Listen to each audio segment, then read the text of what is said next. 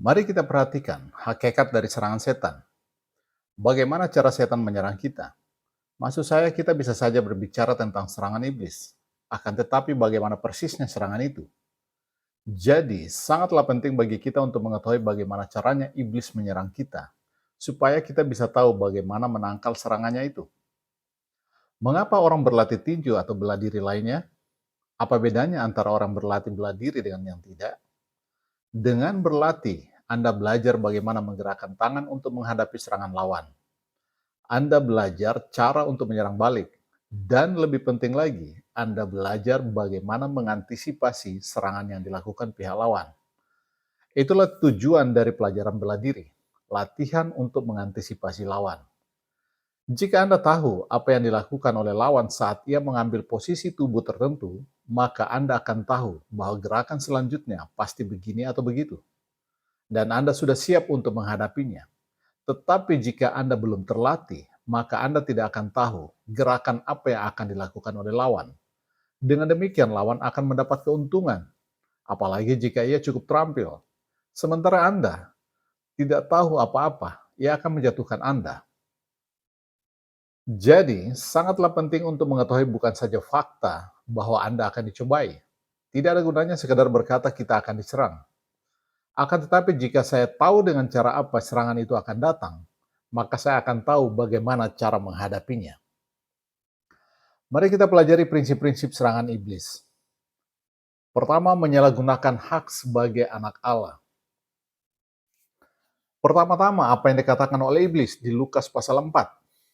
Ia mengatakan hal ini, jika engkau anak Allah, nah kalimat pembuka ini tidak disampaikan dengan maksud meragukan Yesus sebagai anak Allah. Maksud saya, iblis bukan pribadi yang bodoh. Ia tahu persis bahwa Yesus adalah anak Allah. Maksud sebenarnya adalah, karena engkau adalah anak Allah, maka engkau pasti bisa melakukan hal-hal tertentu. Lalu bagaimana penerapannya bagi kita? Kita juga adalah anak-anak Allah. Anda lihat, Yesus tidak menjalani semua pencobaan ini untuk kepentingan dirinya sendiri. Ia menjalani semua ini untuk memberi kita contoh supaya kita bisa mengikuti jejaknya. Contoh-contoh ini berlaku bagi kita karena kita juga adalah anak-anak Allah. Ingat apa yang kita bicarakan di video sebelumnya tentang pengurapan? Salah satu dari makna pengurapan adalah bahwa Allah memberi kita otoritas. Dan di antara semua hal yang Anda terima itu, Anda menerima hak untuk menjadi anak Allah. Kuasa untuk menjadi anak Allah. Itulah yang dikatakan oleh Rasul Yohanes di Yohanes 1 ayat 12. Semua orang yang menerimanya diberinya kuasa supaya menjadi anak-anak Allah. Dan Anda boleh memakai hak itu. Dan justru iblis ingin agar Anda memakai hak itu dengan cara yang salah tentunya. Ada cara yang benar dan ada cara yang salah dalam menjalankan hak sebagai anak Allah. Maksud pencobaan iblis adalah supaya Anda memakai hak Anda dengan cara yang salah. Pahamilah hal ini dengan sangat seksama. Lalu apa itu cara yang salah? Nah, iblis melanjutkan kata-katanya kepada Yesus. Suruhlah batu ini. Perhatikan kata batu ini. Anda dapat membayangkan iblis sedang menunjuk ke arah sebuah batu dan berkata, suruhlah batu ini menjadi roti. Iblis sangat teliti. Ia sedang menarik perhatian pada keinginan mata.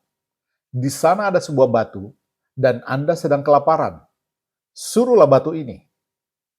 Ia tidak berbicara dengan cara yang samar-samar, dan ia tahu semua cara untuk mendekati Anda. Ia menggoda mata Anda, dan ia juga menggoda perut Anda. Itulah maksud utama dari pencobaan. Pencobaannya adalah mendorong Anda untuk memanfaatkan kedudukan rohani Anda yang baru demi keuntungan jasmani Anda.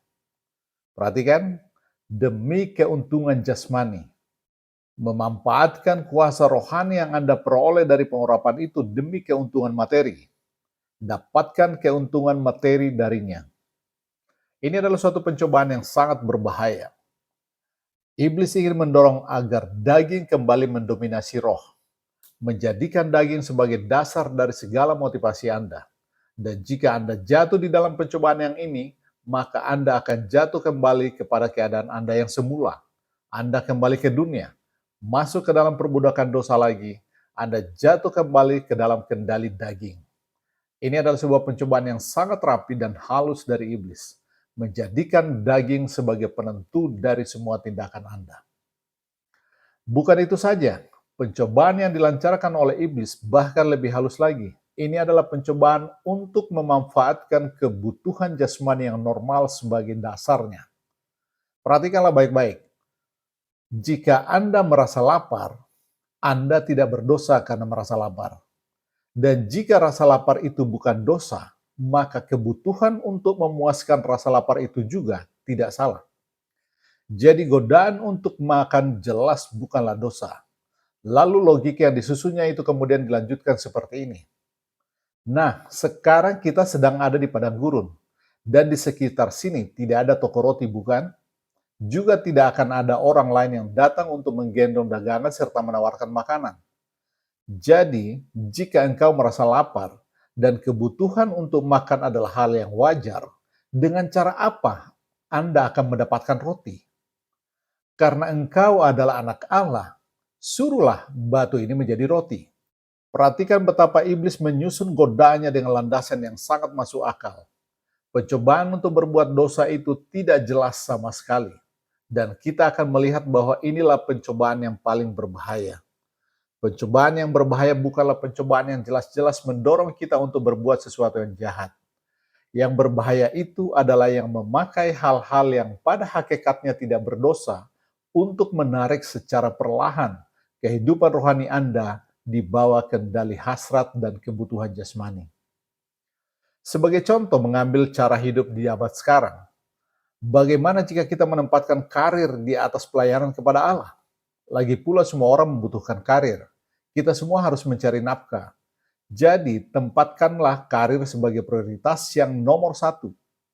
Jadikan pertimbangan akan kesejahteraan materi sebagai penentu atas perjuangan rohani Anda. Saya tidak tahu sudah berapa banyak orang Kristen yang jatuh dalam pencobaan macam ini dan telah diperbudak kembali oleh daging. Jangan salah sangka, saya tidak menuduh setiap orang yang tidak menjadi pemberita Injil sebagai orang yang materialistis. Bukan itu maksudnya. Di dalam pelayanan kita kepada Tuhan selalu berkaitan dengan karunia. Anda mungkin sangat ingin melayani Tuhan, akan tetapi mungkin bukan itu karunia Anda. Atau bisa jadi karena waktunya belum tiba bagi Anda. Suatu hari nanti mungkin waktunya akan tiba. Atau mungkin juga tidak akan pernah tiba. Tuhan bisa saja berkeinginan agar Anda tetap pada kedudukan Anda yang sekarang ini. Sekalipun Anda berkata, Tuhan, aku bersedia mengikutimu setiap saat. Tuhan mungkin akan menjawab, baiklah, aku tahu bahwa engkau bersedia untuk mengikuti aku. Tetapi sekarang ini tetaplah berada di sana. Jadi saya tidak bermaksud untuk mengkritik siapapun. Saya berada di sini bukan untuk menghakimi orang. Tugas saya adalah untuk menjabarkan suatu prinsip rohani. Dan prinsip dari pencobaan adalah, perhatikan dengan baik, godaan untuk menempatkan hal-hal duniawi di atas yang rohani dan memanfaatkan kedudukan rohani Anda untuk mencapainya. Misalnya, jika saya memberitakan Injil hanya untuk mendapatkan penghasilan yang lumayan untuk diri saya sendiri. Contoh kasus, misalkan saya adalah seorang pendeta atau pengerja gereja. Lalu suatu waktu saya menerima sebuah jurnal yang berisi iklan. Pendeta dibutuhkan. Saya mengamati iklan itu, dan di sana tertulis gaji. Saya perhatikan angka gaji yang tertera di sana. Wow, saya berkata dalam hati, saya bisa mengisi lowongan ini. Lagi pula, saya masih tetap melayani Tuhan. Buat apa saya bertahan di tempat yang penuh masalah ini? Sedangkan di gereja sana, mereka memerlukan seorang pendeta, dan mereka akan membayar saya 2 kali lipat lebih dari gaji di sini. Apakah Anda akan keberatan jika saya melamar untuk menjadi pendeta di sana? Mengapa saya tidak boleh ke sana? Apakah saya berdosa dengan melamar ke sana? Jadi mengapa saya tidak mengirimkan lamaran ke sana? Lagi pula mereka membutuhkan pendeta. Saya pikir saya akan memenuhi persyaratan untuk semua kategori pengalaman yang mereka inginkan. Akan tetapi saya tidak menulis lamaran ke sana. Mengapa? Karena saya tahu bahwa tugas dari Allah kepada saya sekarang ini adalah di sini. Bukan karena menerima gaji 2 kali lipat itu salah, atau pindah ke tempat tinggal yang lebih baik itu salah. Tetapi Allah telah menempatkan kita sekarang ini di sini sampai Dia menghendaki kita untuk pindah ke tempat lain. Saya selalu menegaskan hal ini. Jangan biarkan keinginan jasmani dan material kita untuk mengendalikan kehidupan rohani kita, atau bahkan memanfaatkan kedudukan rohani kita untuk memperoleh keuntungan materi. Kita semua bisa melakukan hal itu. Dan itulah yang disebut pencobaan. Saya harap Anda bisa memahami hal ini dengan baik. Karena iblis akan terus mencobai Anda di sepanjang jalur ini setiap saat. Dan Anda akan terus berada dalam pergumulan sampai nanti. Suatu saat Anda bisa berkata, Tuhan, saya akan mengerjakan segala yang Kau kehendaki. Yohanes 8 ayat 31 sampai 32. Jikalau kamu tetap dalam firman-Ku, kamu benar-benar adalah murid-Ku, dan kamu akan mengetahui kebenaran, dan kebenaran itu akan memerdekakan kamu.